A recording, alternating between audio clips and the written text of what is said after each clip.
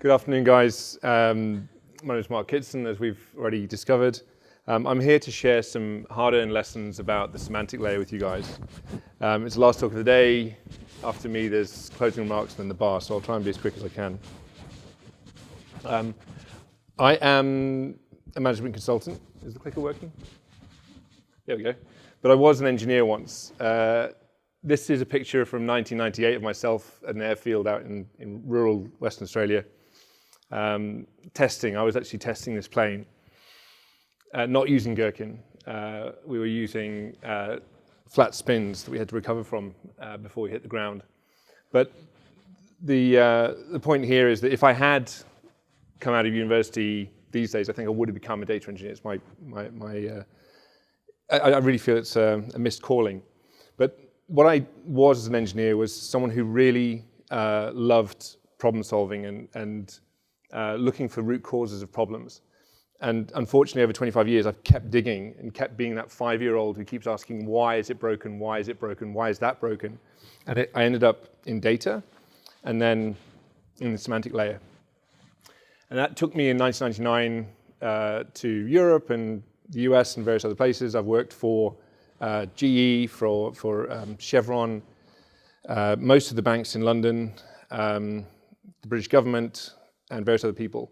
And then when the West Australian government opened the borders after COVID, I decided there was enough of the cold and the wet, and my family and I moved back to Perth. So I'm here making new data friends and looking forward to the after party where I can make even more new data friends. So in that journey of looking for root causes, I found this quote. Earl Sweatshirt is not a data engineer, he's a US rapper. And he wrote this about something very, very different. But it perfectly summarizes what I believe, or how important I believe semantics and data layer are, because miscommunication is the #1 cause of all problems. And communication is your bridge to other people, whether they're colleagues in the company or users of your data. And without it, there's nothing. When you've got near communication, you've got to solve a huge number of other problems that miscommunication creates. I'm going to do a little exercise here. So I've created a very complex scale from haha, that's amusing, to oh shit, we're all going to die. And what I'd like to do is with either, should we stand up? No, show of hands. We'll do show of hands. So start with your hands up. And if you could all just raise your hands, I'm not going to be something there for long. If you have never had an incident with your data, either the data you work on or the data you use, where you've realized there's been a fundamental misunderstanding, please put your hand down if you've never had one. Okay, we've still got a few number of hands in the room. If that incident is something you're willing to explain in this room because it's not confidential, it's not going to damage the reputation of your company, you're not going to get sued for it, please, if you are willing to tell the story, please leave your hand up and everyone else put their hand down. Okay, we've got a couple of people who would be willing to tell a story. I'm actually not going to push you to do that, but the point I'm trying to make is that we all experience these miscommunications, and often they are quite damaging. It certainly happened to me. So we're going to eat some of our own dog food here and try and define what a semantic layer is. Or maybe we should say drink our own champagne, because it's a much better metaphor. Its meaning has evolved over the years, and Joe's already kind of stolen a bit of my thunder on this one. So initially, SAP Business Objects claimed a patent on the idea of a semantic layer. Later on, Microsoft, it wasn't really a semantic layer when they kind of promoted MDM, but they started to get an idea that semantics mattered. They started to promote consistency of semantics. Kimball, when he was talking about kind of the architecture of a data warehouse, said that a semantic layer was a mandatory component. And this great quote here is also from him: every hour you spend on building a rich semantic layer will pay off in improved adoption and success for the user community. So encouraging words from people who know what they're doing. There was then a raft of different tools that commercially made semantic layers part of their product, resulting in, I think we've had a few of these mentioned today, DBT, Looker, etc. And then that brings us to today. So today, I believe that a semantic layer is really a layer of linked business and technical data definitions. It does a whole bunch of stuff. It can be that self-service or improve your ability for your tools to self-serve on data, so that chat to your data feature. But more importantly, for me, it enables a simplification of most organizations where complexity is overwhelming them, and the potential for confusion and disconnect is rife. One of the things that I spend a lot of time doing is hanging data governance off the semantic layer as well. You can govern data everywhere, or you can govern it in the semantic layer and then feel the benefit of it everywhere. So I call that leveraged data governance, and we spend a lot of time doing that. My main client, I forgot to mention, is Morgan Stanley. It's a big US bank. I work with their global data team. There is an office in Perth. The rest of those people do nothing to do with technology, but they tolerate me being there because I'm trying remote work. So do we need a semantic layer? You'll all have heard of Maslow's pyramid of needs or hierarchy of needs. This basically says that if you want to be happy in life, you need to build these layers one at a time. And if you try and go straight for self-actualization without addressing the needs below, you probably won't be happy. You'll be missing one of those underlying layers. So how does this relate to data? Well, I've got my pyramid of data quality. So we all want fit-for-purpose data. That means it's trusted, it's reliable, it's of adequate quality. So we don't strive for perfect quality. To do that, we've already talked, there's been great talks today about data quality tools, controls. We want them to be shifted as far right as possible. So we want them at our data sources. And then as we heard in the previous speaker, through the pipelines as well with tools like Soda and Great Expectations. Below that, we also need to agree where those sources are that we're going to get the data from and make sure that, those, in a large organization particularly, that those sources that we're going to use are agreed and that they are published so we know where they are and that they are actually used by data consumers. The next layer down, could have switched these around either way, but we need to make sure that we've agreed on what our data quality expectations are. So starting to get into contract territory here, that conversation between the data consumers and the data producers about what their expectations are for data. I like there's a phrase that I use. Data quality is beauty is in the eye of the beholder. Data quality is in the eye of the consumer. The consumer's opinion matters when it comes to data quality. So really need to make sure that we've got that agreement. The fundamental piece that most organizations I work with miss is that defined data. Are we talking about the same thing? It doesn't matter if you've done all the rest of it. If we haven't agreed that we're talking about the same thing, we're going to have challenges. So again, these definitions of data need to be agreed and published, and that's kind of the semantic layer. As engineers, as people who like to play with technology, we really like to focus on the top layers because that's where we can do our magic. The rest of this stuff down here is a lot more complicated. Okay, so if you're still not convinced that we need a semantic layer, I would challenge you in large organizations to say, well, how would I know I was wrong? What does being wrong feel like? And there's a great talk, a TED talk by Catherine Schultz called On Being Wrong. And she asked the audience, what does being wrong feel like? And they all go, oh, this is terrible. It's humiliating, or it's amusing, depending on the context. And then she goes on to say, well, actually, no, that's not really what being wrong feels like. It's what realizing you're wrong feels like. And then she talks about this cartoon from Looney Tunes, which I enjoyed as a kid. Might be aging myself here. That involved a road runner. Where is he? Here he is. And his friend, the coyote. And what would normally happen in most episodes is that the coyote would chase the road runner off a cliff, and he would sit there in midair and eventually realize that he was in midair and fall to the ground. And that's that moment of realization. He is wrong already out here in midair, but he hasn't realized it. And the reality is that that's the point at which he realizes he's wrong, but he was wrong all the time. And the TED Talk gave me this phrase that being wrong, or the realization that being wrong feels like you're right. And that happens a lot in large companies. So I was working in a British bank, and they had been reporting something to someone who cared about a report for a long, long time, convinced that they were doing the right thing. And eventually there was a problem with the report. They investigated it, and they worked out that someone had misinterpreted this particular flag that they were using as a filter. And they were reporting exactly the opposite thing that they should have because they hadn't labeled the definition correctly. So the single biggest problem in communication, and I'm extending this to semantic layers, is the illusion that it's taken place.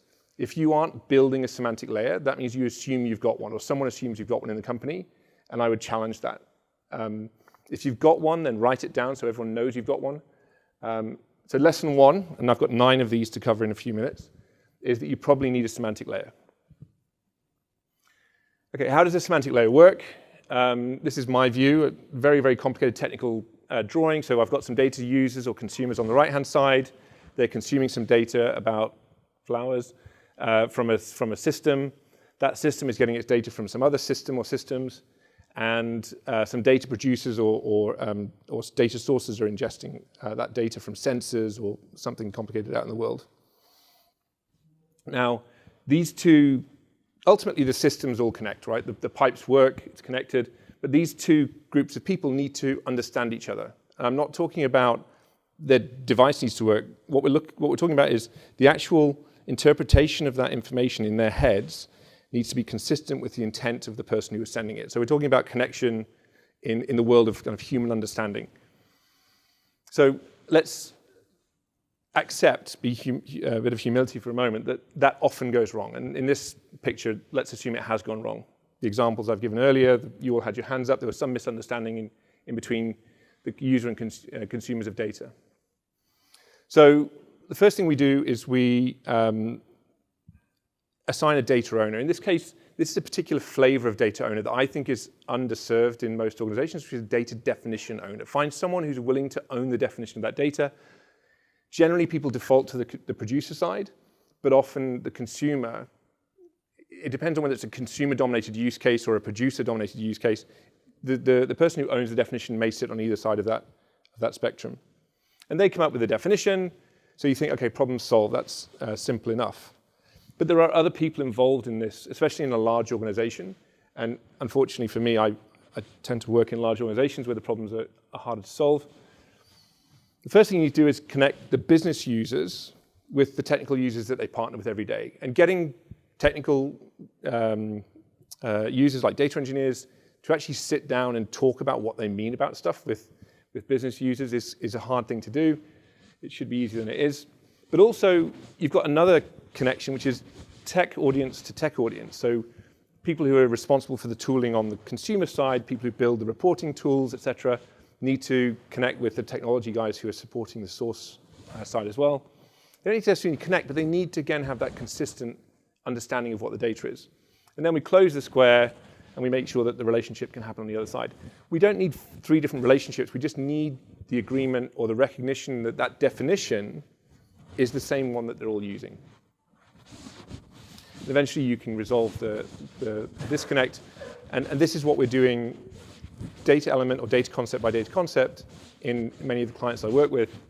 And it is painful, but it's necessary. And the number of times we find disconnects is shocking. And we wouldn't have known they were there until we started to do this exercise.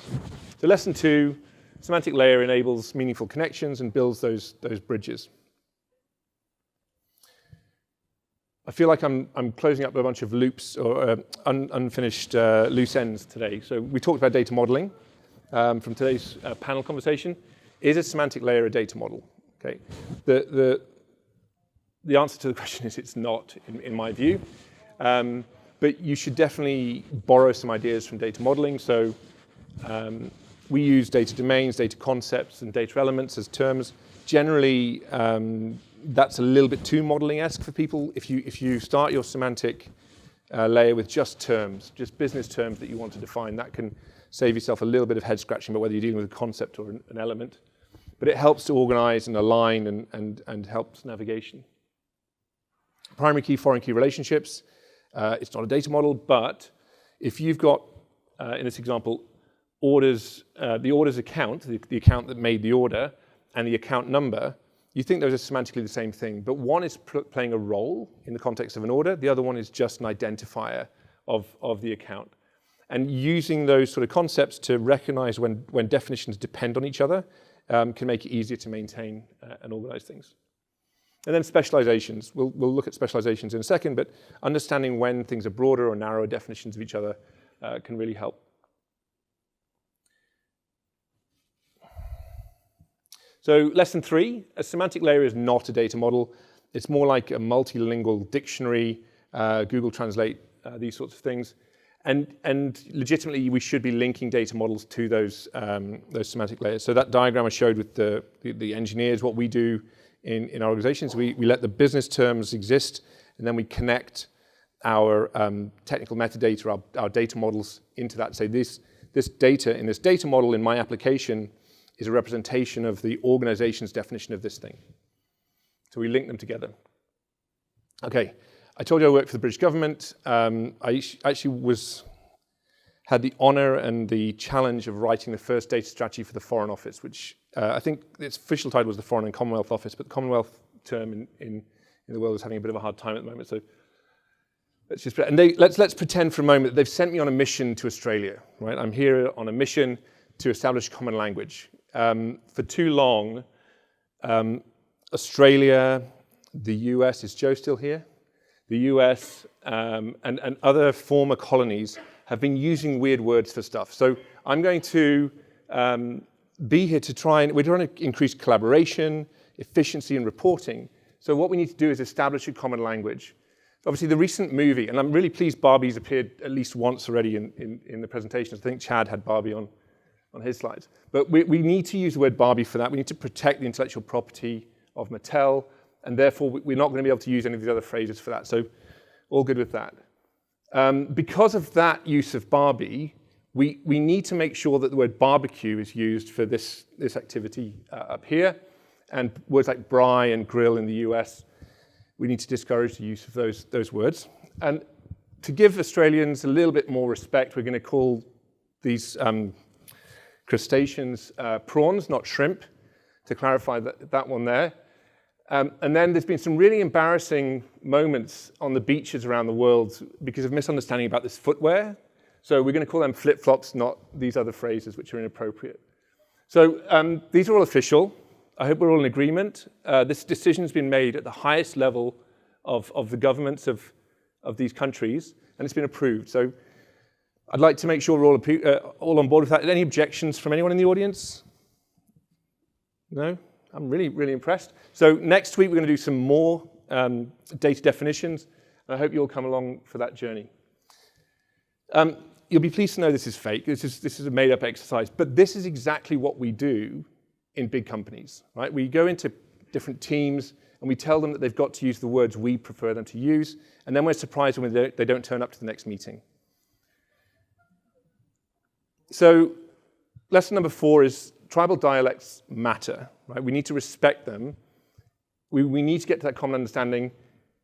If you want your data office to look like the scene on the left, dialects matter. If you want it to look like this kind of disconnected, isolated white ivory tower on the right, then go for the common language model. But you'll hear everyone in data and semantics saying, we need a common language. The reality is we don't. We need to not have a common language. So and I'll solve the problem I've just created in a moment, hopefully. So how specific should the definitions be? So we can go too broad, and we don't really nail down the definition clearly. We can go too narrow, or we can just we can find a definition that's just right. And again, someone else had a Goldilocks moment today. I'm pleased the Goldilocks has appeared twice in the presentations today. So using that Goldilocks logic to choose the level of specificity that's just right. Don't go all the way to the far right and try and be specific about everything.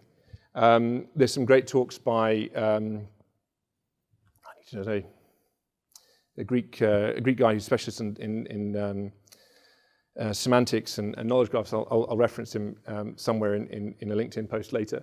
But he has an example of a fiddle and a violin. The point of those things is that you need to be just specific enough. For some situations, nuances matter. In niches, to specialists, let's call them, I use the word nerd as a compliment. certain people really care about the nuances of things, and they matter, and we won't dismiss them. A fiddle and a violin are generally okay, the same thing for most people, but for people who are in that space of music, that distinction matters. In this example, wild roses and roses, we're just going to use the phrase rose.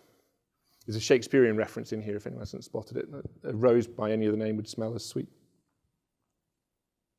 Okay. So here's a model of an organization. It's very complicated. We have some sort of firm-wide level where we're trying to agree on semantics, and then we have various departments that do their own thing.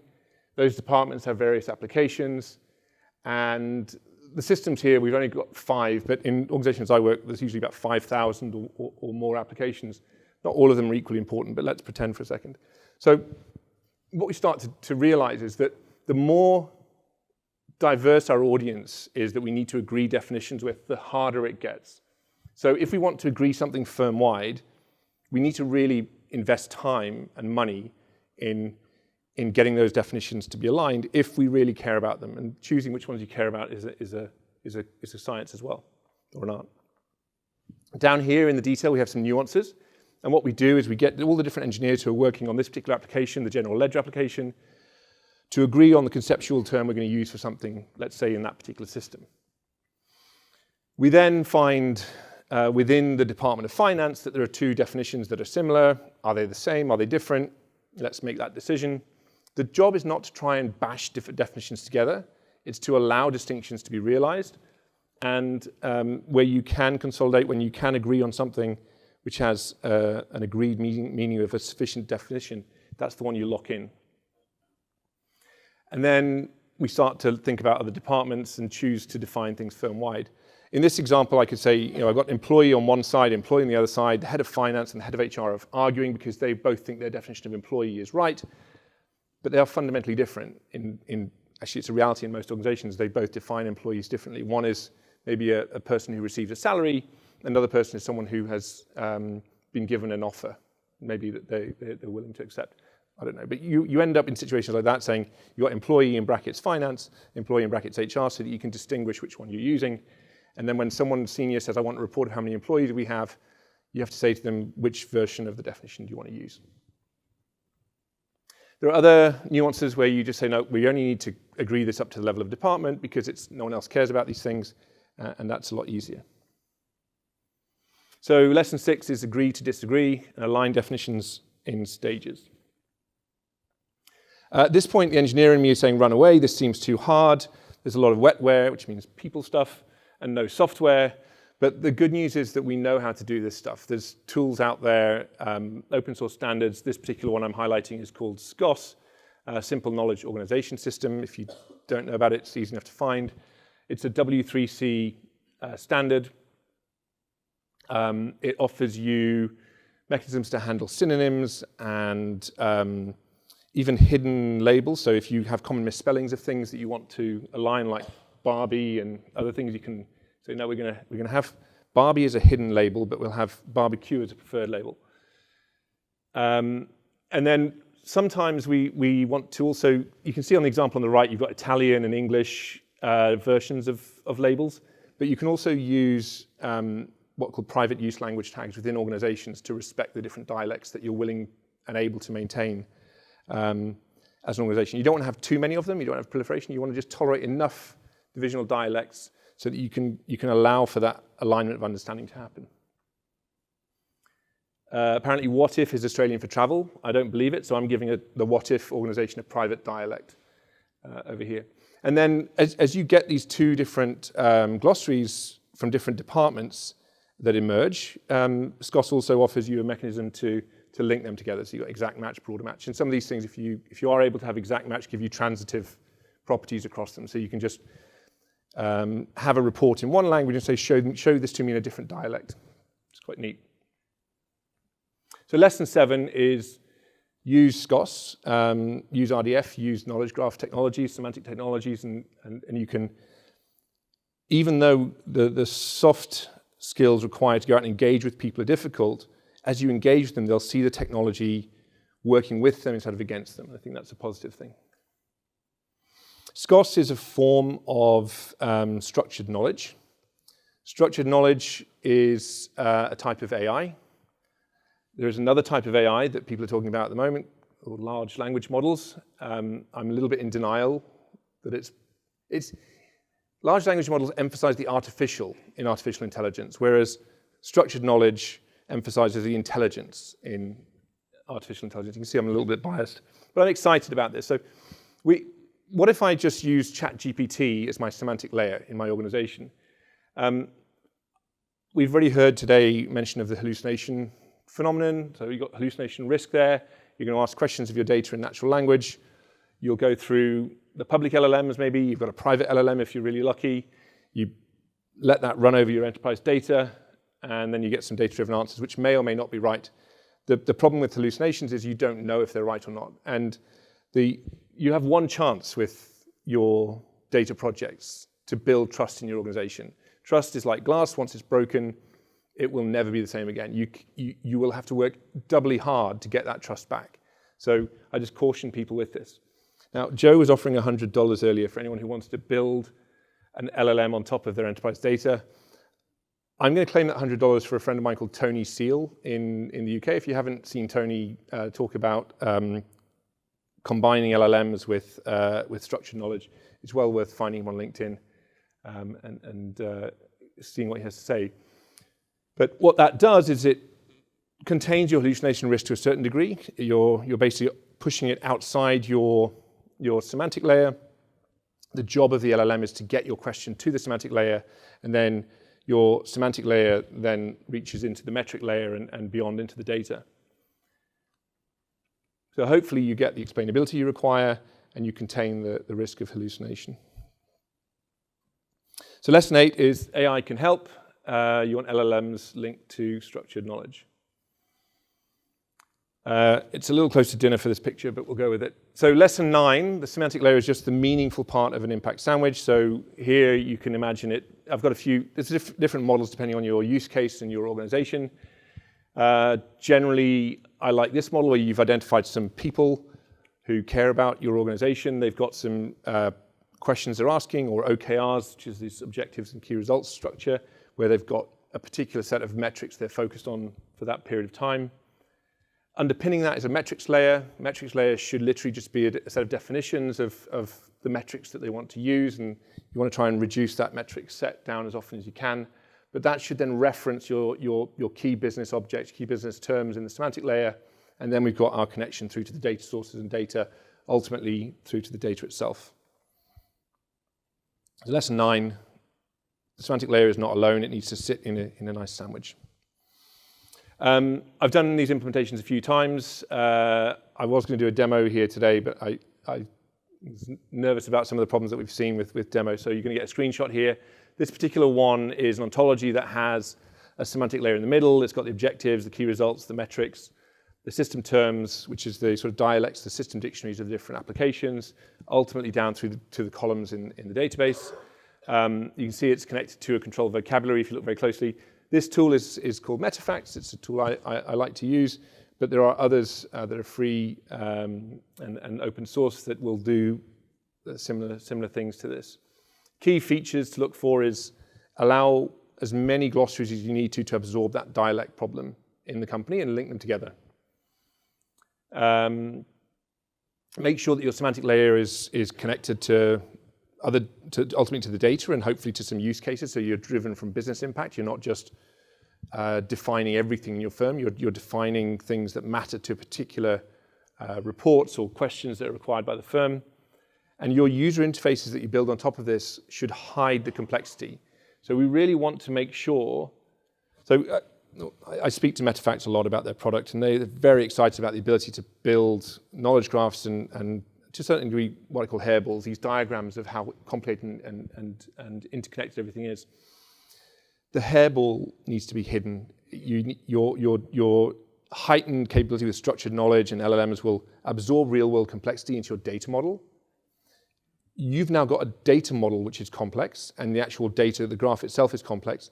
Don't then vomit that out on the user. You really want the applications that you build to exploit that knowledge, but in a smart way that allows them to explore and double-click on things when they need to. I had one implementation as a kind of proof of concept for one client. This was in fact Lloyds Banking Group in London. I went and interviewed a bunch of senior data professionals in Lloyds about the things they were trying to achieve in the year. They were all in different departments in different businesses, and I mapped it through their objectives and key results down to a semantic layer, down to the data and the systems that they were building. And then just to make a point, we printed it out. It was about 10 meters wide, and we let them look over it. And what they were surprised to find was that they all depended on each other, and if they invested in these 5 different things, they could all benefit. So there's that simplification story that the semantic layer offers is there as well. Recap time, so a few lessons. You probably need a semantic layer. A semantic layer makes meaningful connections. A semantic layer is not a data model. The tribal dialects matter. Look for Goldilocks definitions. Agree to disagree, so align those in stages. Use SCOS, so RDF, and semantic technology are helpful. AI can help, but with the right structure. And then the semantic layer needs to have that connection to your impact and make sure it's being driven by business needs.